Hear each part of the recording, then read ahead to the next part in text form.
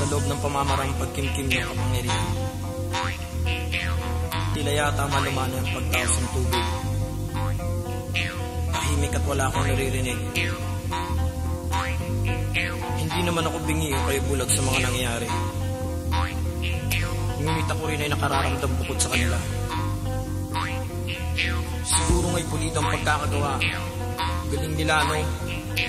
Magaling sila ng pagaling sa kanilang pinagkakabalahan.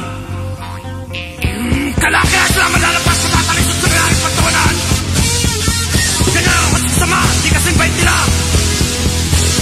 Di katulad nyo, pasensya. Di katulad nilang mawain. Di ako kasing bait nila, sana ikaw din.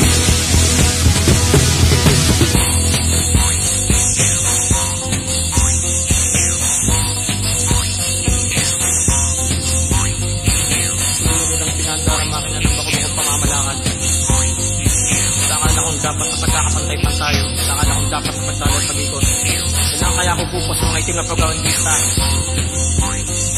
Kailangan kaya wawas kong paggamit sa inang king pulpito. Sige naman pananamantala. Tunay na palayan ng mga magsasakas manggagawa. Tunay na reforma sa lupa. Tamang pasweldo. Tapusin ang pagkuntabas sa mga dambuhan ng buhaya. Bigyan pansin ang nakararaning naghihirap at matutungumog sa kanila.